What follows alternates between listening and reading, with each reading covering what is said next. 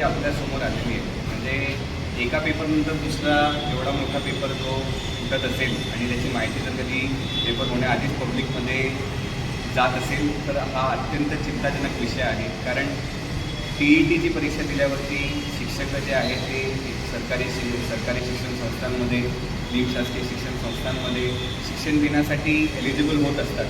आता अशा परीक्षासुद्धा जर कधी लीक होत असल्या, अशी सुद्धा पेपर फुटी जर कधी होत असली तर नेमकं शिक्षण प्रक्रिया जी आहे आपल्या संपूर्ण देशातली, शिक्षण व्यवस्था जी आहे ती आपल्या देशामधली ICUमध्ये म्हणण्यापेक्षा तिला पॅरालिसिसच झाला असं म्हणून आपण आज चाललं पाहिजे.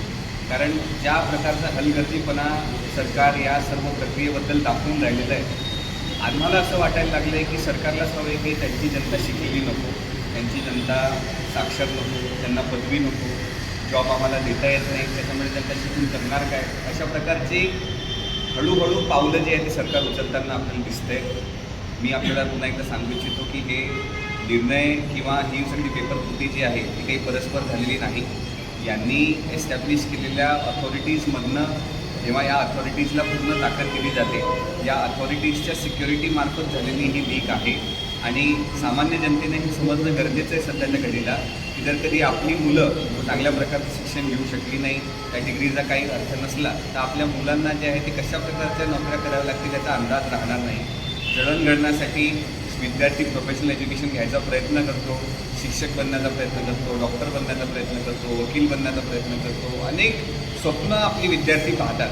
पण या स्वप्नांच्या मागे सरकार कशा प्रकारे उभं राहतं तर मग पेपर फुटी, TET पेपर फुटी, NEET पेपर फुटी, हा पेपर लीक, तो पेपर लीक, विद्यार्थी आतंकवादी, अशा प्रकारच्या घोषणा जर कधी सरकार करायला लागला आपल्या विद्यार्थ्यांबद्दल तर यांना सुरक्षा देणार नाही. आपण याविषयी काही पाऊल उचलणार, आंदोलन वगैरे करणार?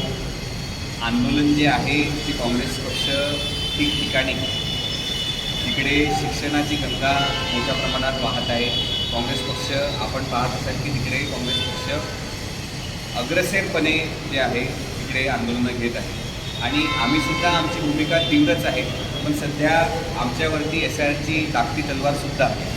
SIR प्रक्रियेमध्ये आपल्या भारतीय नागरिकत्व असलेला एकसुद्धा मतदार जो आहे तर त्याच्यामधनं वगळता गेला पाहिजे नाही, असा आमचा प्रयत्नसुद्धा त्यासोबतच चालू आहे. पण आम्ही विद्यार्थ्यांचा आवाज प्रेस कॉन्फरन्स माध्यमातून, सोशल मीडिया माध्यमातून, गरज पडली तर आंदोलनाच्या माध्यमातून आपल्यासमोर नक्कीच उचलत आहोत. आपण विद्यार्थ्यांची संवाद साधलेला आहे या संदर्भात आम्ही सोशल मीडियाद्वारे आणि विद्यार्थ्यांशी, आता बघा प्रत्येकाचे नातेवाईक असतात, कोणी ना कोणी NEETची परीक्षा देतं, कोणी ना कोणी TET देत असतं. आम्ही या विद्यार्थ्यांची संवाद जेव्हा साधतो, आम्हाला जेव्हा समजतं की यांच्यासोबत काही अन्याय झाला आहे, माझा प्रयत्न या प्रेस कॉन्फरन्ससाठी होताच की एखादा प्रत्यक्ष विद्यार्थी जो आहे, ज्याला प्रत्यक्ष प्रक्रियेचा चटका बसलेला आहे, त्या विद्यार्थ्याला आपल्या प्रेस कॉन्फरन्ससमोर सादर करावा. आणि मी त्या विद्यार्थ्याला वारंवार 2-3 विद्यार्थ्यांना विनंती केली की तुम्ही बाबा रे, तुम्ही या आणि प्रेस कॉन्फरन्सच तुम्ही घ्या आणि सर्व पत्रकारांना सांगा की आम्ही कशा प्रकारचे चटके इकडे उघडतो आहे, आमचा परिवार कशा प्रकारे या सगळ्या फायनान्सेस सगळे खर्च जे आहे ते उचलतो आहे. त्यांनी मला एका शब्दामध्ये सांगितलं की दादा आम्ही येऊ शकणार नाही, कारण आम्हाला डिप्रेशन आणि स्ट्रेसचे जे त्रास होऊ लागलेले आहेत, आम्हाला 10 लोकांमध्ये काय बोलायचं, कसं वागायचं या सगळ्या गोष्टी आम्हाला सुचत नाही, आम्हाला आमच्या आईवडिलांनी केलेला खर्च आमच्या डोळ्यासमोर दिसतो, त्याच्यामध्ये त्यांना झालेला त्रास आमच्या डोळ्यासमोर दिसतो, आम्ही केलेली मेहनत आज वाया गेली अशा प्रकारची खात्री जेव्हा आम्हाला भेटते तेव्हा आम्ही आणखी हतबल होऊन अशा प्रकारे आम्ही प्रेस कॉन्फरन्स घेऊ शकणार नाही, अशा प्रकारची उत्तरं विद्यार्थ्यांनी आमच्यापर्यंत पोहोचवली आणि त्यांनी दिलेली. म्हणून आम्ही विद्यार्थ्यांशी सोबत संवाद साधतोय, त्यांना धीर देण्याचा सुद्धा प्रयत्न करतोय, सोशल मीडियाद्वारे असेल, प्रत्यक्ष असेल, आणि त्यांना धीर देण्याचं काम आम्ही करून जातो. पीक विम्यामध्ये 44,000 शेतकरी हे पीक विम्यापासून वंचित झालेले आहे. आता काँग्रेसने आम्ही आंदोलन केले. आपण जर तरी 26 तारखेला 25 ते 27 तारखेच्या दरम्यानमध्ये 25 ते 27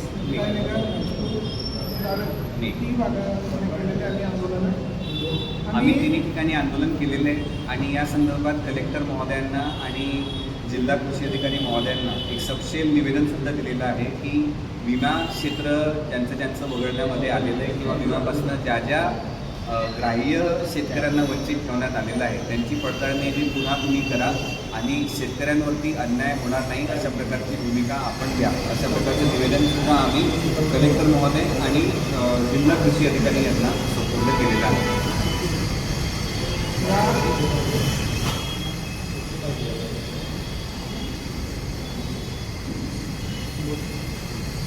ठीक आहे ना.